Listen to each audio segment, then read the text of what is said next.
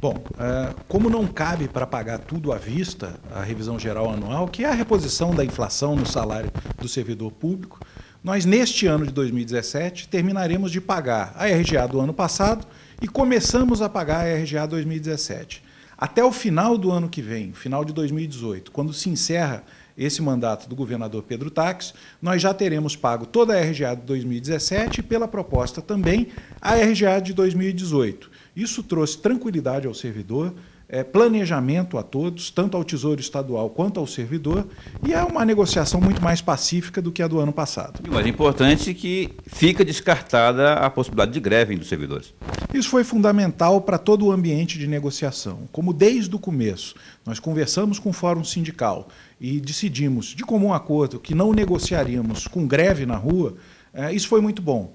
O servidor não ficou estressado, o contribuinte e quem precisa dos serviços públicos não foi prejudicado e a negociação transcorreu de uma maneira mais tranquila. Isso tudo está acontecendo por quê? Porque o governo alega, como todo o país tem alegado, falta de dinheiro. E para resolver isso num médio prazo, secretário, o governo precisa enviar para a Assembleia para que seja aprovada aquela proposta que limita os gastos, né, dos poderes, a tal PEC do teto, que no caso de Mato Grosso não é uma PEC, é um projeto. Mas em que pé estão as discussões em torno desse projeto? Porque se forem limitados esses gastos, o governo terá como fazer uma economia para que não passe esse aperto que está passando. Bom, qual é a ideia do teto de gastos? É que a gente possa congelar o gasto do governo. Ele não vai poder crescer até o final de 2019 mais do que a inflação de um ano para o outro, e com isso aí esperar que a receita se eleve mais. Essa diferença, que a receita cresce mais do que a despesa, vai permitir que a gente retome capacidade de pagamento do governo. Nós estamos conversando com os poderes, porque esse teto de gastos, Paulo, ele não é só para o Poder Executivo, ele envolve todos os poderes. Temos tido reuniões constantes com os outros poderes para encaminhar ainda nesse mês à Assembleia a proposta final, já com um acordo comum entre os poderes, para que ela possa ser aprovada. Qual é a importância dela?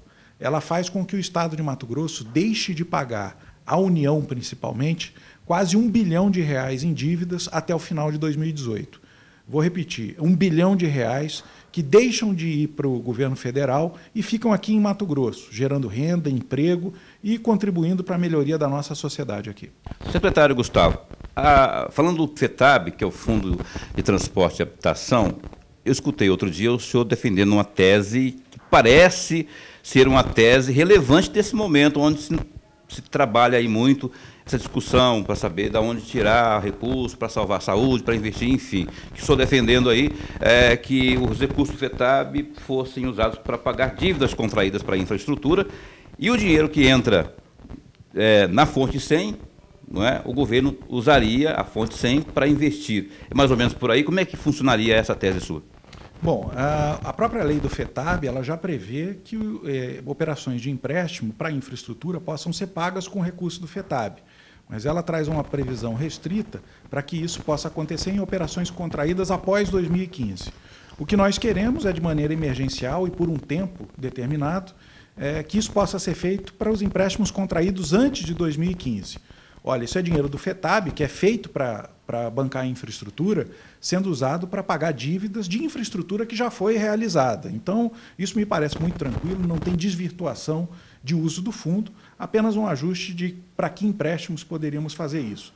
E, com isso, o dinheiro da chamada fonte 100, da conta única do Estado, que hoje vai para pagar essas dívidas, pode ser aplicado em saúde, segurança e educação de maneira mais livre. Essa é a proposta que a Fazenda defende. Secretário Gustavo, eu não posso encerrar aqui sem perguntar a legalidade. Existe hoje uma discussão, o governador Pedro Táxi tem defendido isso, inclusive, lá em Brasília, o remanejamento, não é, daquelas emendas parlamentares da nossa bancada federal em Brasília, que estão, digamos, carimbadas para a compra de equipamentos para o novo pronto-socorro de Cuiabá, que esse dinheiro fosse remanejado para, nesse momento, salvar aí algumas dívidas, como, por exemplo, aquelas referentes aos hospitais regionais.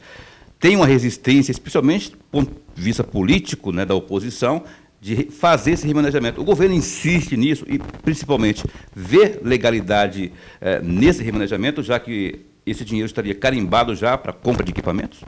Olha, me parece que é uma questão de prioridade. Com os hospitais regionais funcionando aquém da capacidade plena deles, primeiro nós teríamos que normalizar e até aumentar o custeio dos hospitais regionais. Isso aliviaria a pressão de serviços de saúde em cima da capital. O risco que nós corremos é que a obra do pronto-socorro, até ficar pronta, o cidadão ainda sofra com serviços aquém do que ele precisa.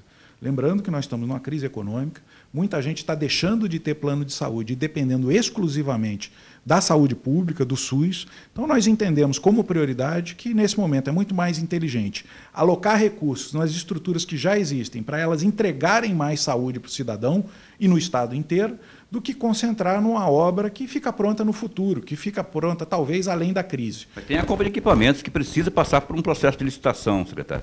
Sem problema nenhum, acho que isso nós podemos garantir, podemos construir aí uma engenharia de trazer essas emendas para aplicação financeira imediata nos hospitais regionais e ainda assim garantir orçamento para que as licitações possam acontecer. O financeiro disso só vai acontecer lá na frente, quando esses equipamentos forem entregues.